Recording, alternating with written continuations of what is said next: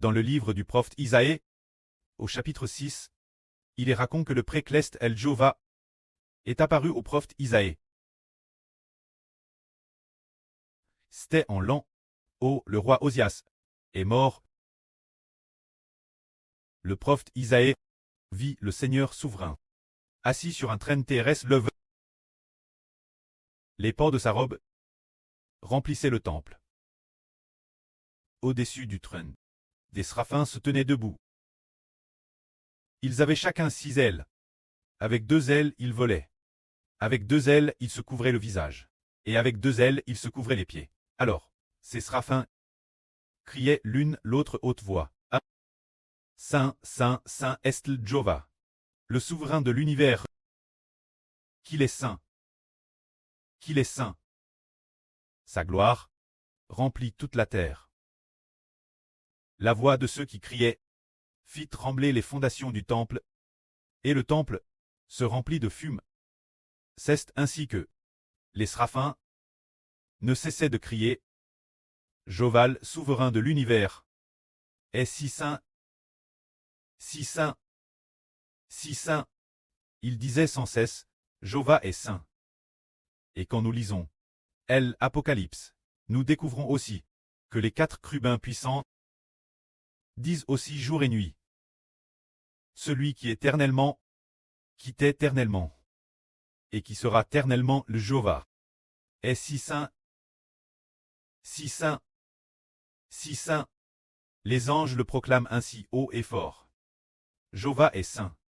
Alors aujourd'hui nous disons: pourquoi Dieu détournait-il sa face de l'humanité? Pourquoi, en voyant tant de gens se faire tuer, détournait-il aussi sa face? Tant de personnes mortes de la peste, il n'en a cure. Mortes par la guerre, il semble ne pas s'en soucier. Parce que Dieu est saint. Ceux qui meurent de la peste, pour quelle raison est-ce? C'est parce que ils ont commis des PHH. On touche des idoles. On est en contact avec des esprits mauvais. On adore de faux dieux. On adore des esprits mauvais. Et on commis le mal. C'est pourquoi Dieu les laisse prier. Parce que ils ont fait des choses mauvaises. Alors, Dieu semble détourner sa face de ceux qui commettent le mal. Mais, ce moment-là, comme le prophète Isaïe vit et entendit les anges dire: Jova Dieu est si saint, si saint. Alors, le prophète Isaïe dit: malheur moi, je suis perdu. Car je suis un homme aux lèvres impures, et j'habite au milieu d'un peuple aux lèvres impures. Et pourtant, mes yeux ont vu le roi, Jova, le souverain de l'univers. C'est ce que dit le prophète Isaïe. Il était un homme impur. Qui a vu le Jova Dieu? Jova, le grand roi. C'est certain qu'il va certainement prier. Il pensait que sa mort était certaine. Mais un ange, un des séraphins, prit avec sa main un charbon ardent, avec des pincettes, de dessus l'autel. Alors, avec ce charbon, toucha la bouche du prophète Isaïe. Et dit au prophète Isaïe: voici, ceci à tout et ever, ton iniquité est enlève, et ton pchach est expie. C'est dire que l'origine de la bouche du prophète Isaïe ne sortait que des paroles impures. Mais maintenant l'ange dit que le péchage du prophète Isaïe est entièrement pardonné. Alors aujourd'hui nous disons qu'auparavant certains de nos frères ou sœurs étaient souvent faibles parce que leur bouche prononçait des paroles impures. Qu'est-ce que l'impuré dire de sa bouche? Je suis si faible, je suis si faible, je ne peux pas faire ceci, je ne peux pas le faire. Faible ici, faible elle, ainsi, c'est avoir une bouche impure. Mais aujourd'hui, nous ne pouvons plus dire en de telles paroles d'incrédulité. Les paroles impures, ce sont les paroles d'incrédulité. Ne pas croire en la GRCE de Dieu. Ne pas croire en la GRCE du Seigneur Christ. Et prononcer souvent ces paroles d'incrédulité. Ne les disons plus, car si nous les redisons, Dieu n'en sera pas satisfait. Car le précleste a dit aux frères Hébreux: Dieu ne prend pas plaisir en ceux qui ont peu de foi. Rejetez ceux qui ont des paroles souilles. Se dire la souillure de la bouche, se dire. Ces paroles d'incrédulite, toutes sortes d'incrédulie. Le Seigneur a déjà été crucifié. La puissance de Dieu rend l'univers et toutes choses. A été manifeste, si. Nous ne croyons toujours pas au nom du Seigneur. Pensant que nous ne pouvons pas y arriver. Ne pouvons pas le faire. Ne disons plus ces paroles, car ces paroles sont des paroles impures. Une fois que nous les disons, si nous ne faisons pas attention, non seulement nous devenons faibles nous mêmes, mais les autres, parce que nous avons prononcé cette petite foi, où ces paroles d'incrédulite sont aussi contaminées, et les autres deviennent faibles. Alors, le précleste ne prendra pas plaisir en nous. Au contraire de notre bouche, nous devons dire des paroles de foi. Ce moment tel, le précleste El Jéhovah, dit ainsi au prophète Saé, qui enverrai-je et qui marchera pour moi. Le prophète Saé dit, me voici. Envoyez-moi. Alors, Dieu dit, va et dis ce peuple, dis-leur. Vous aurez beau écouter, mais vous ne comprendrez pas. Vous aurez beau regarder, mais vous ne saurez pas. Je vais rendre le cœur de ce peuple insensible, devenir dur, leurs oreilles sourdes, et leurs yeux aveugles, de peur que leurs yeux ne voient, leurs oreilles n'entendent, leurs cœurs ne comprennent, qu'ils ne se convertissent, et ne reviennent moi, pour tréguris. C'est dire que Dieu a librement laissé se dire. Laissez ces Israélites, bien qu'ils aient entendu l'enseignement de Dieu, et que leurs yeux aient vu les œuvres de Dieu. Pourtant, bien qu'ils aient entendu, c'est comme s'ils étaient sourds, bien qu'ils aient vu, c'est comme s'ils étaient aveugles, les rendant sourds et aveugles, de sorte que leur cœur ne sait pas revenir Jéhovah. C'est pour cela que le précleste El Jéhovah les a librement rendus sourds et aveugles.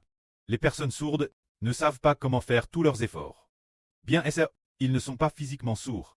La surdit ici signifie que, bien qu'ils aient entendu parler de Dieu, mais bien qu'ayant entendu, ils ne comprennent pas, et ne croient pas, bien qu'ayant vu les œuvres de Dieu, ils ne les comprennent pas non plus. Ainsi, ils ne savent pas comment consacrer toute leur vie, et faire tous leurs efforts pour suivre Dieu.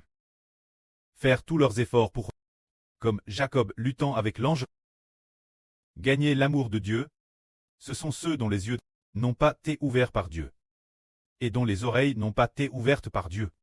Dieu fait que ceux qui sont sourds et aveugles, bien qu'ils aient vu les œuvres de Dieu, mais ne savent pas faire tous leurs efforts pour chercher El Jéhovah. Au contraire, ils vont l'encontre d'El Jéhovah, et vont plus chercher d'autres dieux. Tout comme autrefois, notre frère Héber a autrefois demandé une de démissionner de son travail, afin qu'elle se consacre servir Dieu. Mais, comment dire, c'est le précleste qui a dit au frère Héber de le dire. Mais, cette sœur disait toujours, j'attendrai la fin de la fête du printemps. Pour dissionner, elle n'arrêtait pas de repousser, et ce moment tel, la fête du printemps n'était madame pas arrive. Qu'elle nous avait dit Kitts, pour quelle raison?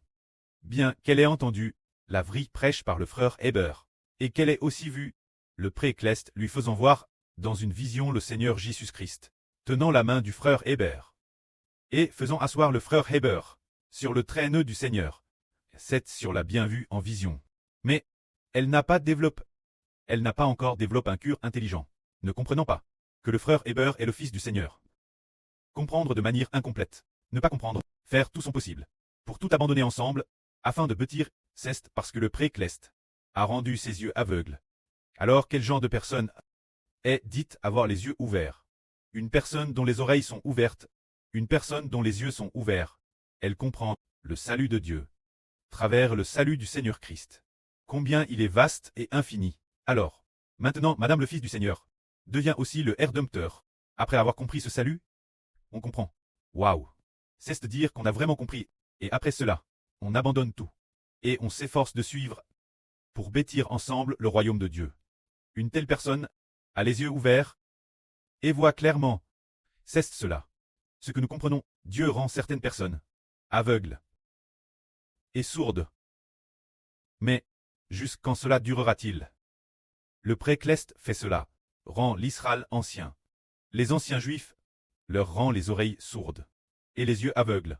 Leurs yeux sont devenus aveugles au point de ne pas comprendre que Jéhovah est Dieu, sourds au point de, si sourds que de ne pas savoir que Jéhovah est le seul vrai Dieu. Ils pensent tort que d'autres dieux sont dieux, que d'autres dieux sont aussi des dieux, que d'autres dieux peuvent aussi créer l'univers et toutes choses.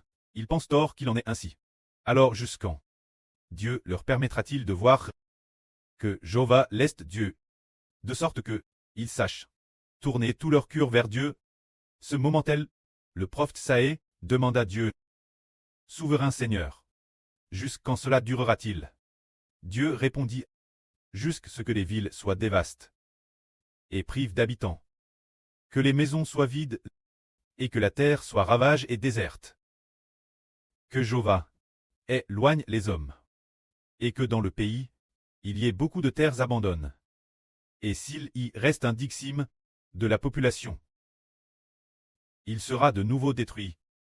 Mais comme le poirier et le cheneu, bien que coup, conservent leur souche, cette souche produira un rejeton. Ce rejeton est la semence sainte. Eh bien, ce passage signifie que Dieu veut que les Israélites ne trouvent pas Dieu. Leurs yeux tant aveugles, ils ne trouvent pas Dieu. Parce que, ne trouvant pas Dieu, ils ne savent pas qui est Dieu. Ils pensent tort que toutes sortes d'idoles sont des dieux. Jusque quand? Jusque ce qu'ils soient presque tous tués. Jusque ce que beaucoup de leurs maisons soient abandonnées. Il n'y a plus d'habitants. Jusque ce que leurs champs soient abandonnés et dévastés, envahis par les ronces et les mauvaises herbes, couverts de broussailles, sans que personne ne vienne cultiver leurs terres.